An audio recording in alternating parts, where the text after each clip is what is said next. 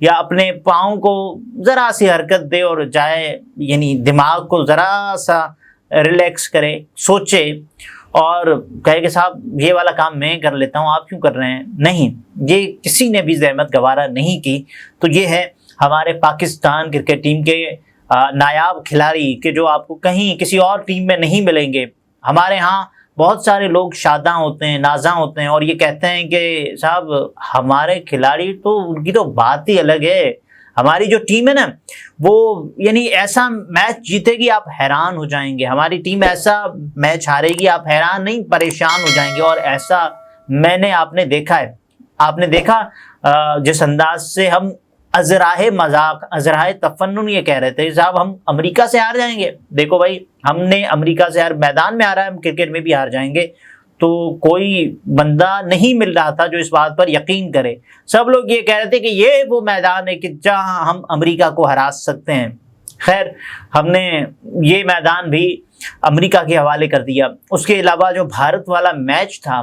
آپ اندازہ کریں، شاہد آفریدی یہ کہتے ہیں کہ یوراج سنگھ، کیونکہ دونوں ایمبیسڈرز تھے آئی سی سی کی طرف سے اور میچ پر بات کر رہے تھے، اتنا آسان ہدف اور پاکستان کرکٹ ٹیم ہار گئی۔ تو یوراج سنگھ بار بار آفریدی کو کہہ رہے تھے میچ سے پہلے مبارکباد، جب انڈیا نے ٹارگٹ دیا تھا میچ سے پہلے مبارکباد دے دی تھی، لیکن پاکستان کرکٹ ٹیم کو یہ گوارا ہی نہیں کیا انہوں نے کہ صاحب ہم میچ جیت بھی جائیں۔ اور پھر انہوں نے یعنی 25 کروڑ عوام کو دعاؤں پہ لگایا ہوتا ہے کہ دعائیں کریں کہیں نہ کہیں ہمارا بھلا ہو جائے۔ وہ والی ٹیم یعنی صرف دعاؤں پہ نہیں لگایا ہوتا، بد دعاؤں پہ بھی لگایا ہوتا ہے کہ اس ٹیم کے بارے میں بد دعا کرنی ہے کہ وہ ہار جائے، اس کھلاڑی کے بیٹ میں کیڑے پڑ جائیں، اس ٹیم کا رن ریٹ، اس کا ستیہ ناش ہو جائے، اس کا بیڑا غرق ہو جائے۔ صرف یہ بھی نہیں، ثقلین مشتاق صاحب ہمیں قدرت کا نظام دے کر گئے ہیں اور یہ کہتے ہیں بار بار کہ قدرت کا نظام ہے، بارش ہوتی ہے اور اس کے بعد پھر ہمیں بلاول کا وہ جملہ آتا ہے بارش ہوتی ہے پانی آتا ہے، زیادہ بارش ہوتی ہے زیادہ پانی آتا ہے، اور اس کے بعد پھر یہ ہوتا ہے کہ میچ نہیں ہوتا ہے۔ قدرت کا نظام چل پڑتا ہے، پاکستان کو اس قدرت کے نظام نے بڑا سپورٹ بھی کیا، لیکن یہ قدرت کا نظام وہ کہتے ہیں نا قسمت بھی بہادروں کا ساتھ دیتی ہے۔ ہم نے کبھی ایسے کھلاڑی نہیں دیکھے کہ جو اپنے تئیں، پاکستان کرکٹ ٹیم کے حالیہ کھلاڑیوں کی میں بات کر رہا ہوں، کہ میچز جتوائیں اور کہیں کہ صاحب ہم نے فنش کر دیا۔ پاکستان کرکٹ ٹیم میں ایسا ہے نا کہ ایک لابیز کے طور پر کھلاڑی کام کرتے ہیں۔ بابر آیا، پھر اس کے ساتھ جتنے بھی تھے، بابر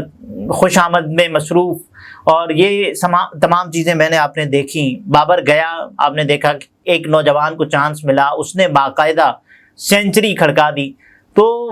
کھلاڑیوں کو جب تک آپ چانس نہیں دیں گے، یعنی ڈیبیو اس بندے کا ڈیبیو تب ہوا ہے۔ آپ دیکھیں کہ اس کو پہلا ٹیسٹ میچ کھیلنے کا موقع ہی تب ملا جب بابر اعظم کو ریپلیس کیا گیا ہے۔ اور کتنے ٹیسٹ میچز میں آپ اندازہ کریں بابر اعظم کا اسکور کتنا ہے، اور مسلسل کوئی 1.5 سال سے بابر اعظم پرفارم نہیں کر پا رہے۔ ہم نے پھر اس پہ یعنی کندھوں پہ بٹھایا ہوا ہے بابر اعظم کو، رضوان کو اور بہت سارے کھلاڑیوں کو۔ پرفارم نہ کرنے کے باوجود بھی ہم نے ان کو کنگ بنایا ہوا ہے، اور احمد شہزاد ایک بات ٹھیک کہتے ہیں کہ جعلی کنگ بنایا ہوا ہے۔ تو یہ ہم کو نہیں کرنا چاہیے۔ اور باقی یہ ہے کہ جو پاکستان کرکٹ ٹیم کی ٹریننگ ہے اس کے علاوہ بھی کچھ اور چیزیں ہیں، یہاں سے اپنے ٹریننگ ٹھیک کرنی ہوگی، یہاں سے گرومنگ کرنی ہے کہ بھائی ہم جیت رہے ہیں۔ کیونکہ یہ کھلاڑی ایسے کرتے ہیں کہ جب انڈیا کے سامنے آتے ہیں نا تو ہاتھ پاؤں، وہ کسی نے کہا تھا نا کہ بلاول صاحب نے ہی کہا تھا نا کہ کانپیں ٹانگ جاتی ہیں، تو پھر ہم اپنے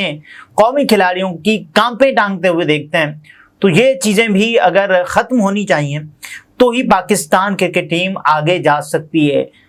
ایک کے بعد ایک اسکینڈلز، اور اس میں ابھی آپ یہ دیکھیں کہ کبھی بوتلوں والا اسکینڈل آ گیا، کبھی ابھی تو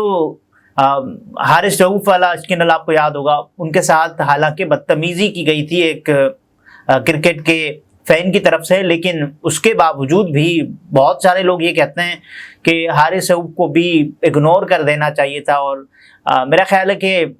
اس شخص نے حارث رؤوف سے بہت بدتمیزی کی، لیکن باوجود اس کے بہت سارے لوگ یہ کہتے ہیں کہ حارث رؤوف کی جو پرفارمنس تھی اس کو بھی نظر انداز نہیں کیا جا سکتا جس انداز سے انہوں نے پاکستان کرکٹ ٹیم کا بیڑا غرق کیا، تو وہ اس وجہ سے پھر بچ گئے اور ان پر کوئی محسن نقوی صاحب کہتے ہیں نا سرجری، وہ سرجری بھی نہیں ہو پائی۔ اگلے ویلاگ میں پھر ملاقات ہوتی ہے، اپنا بہت سارا خیال رکھیے، اجازت دیجیے، اللہ حافظ۔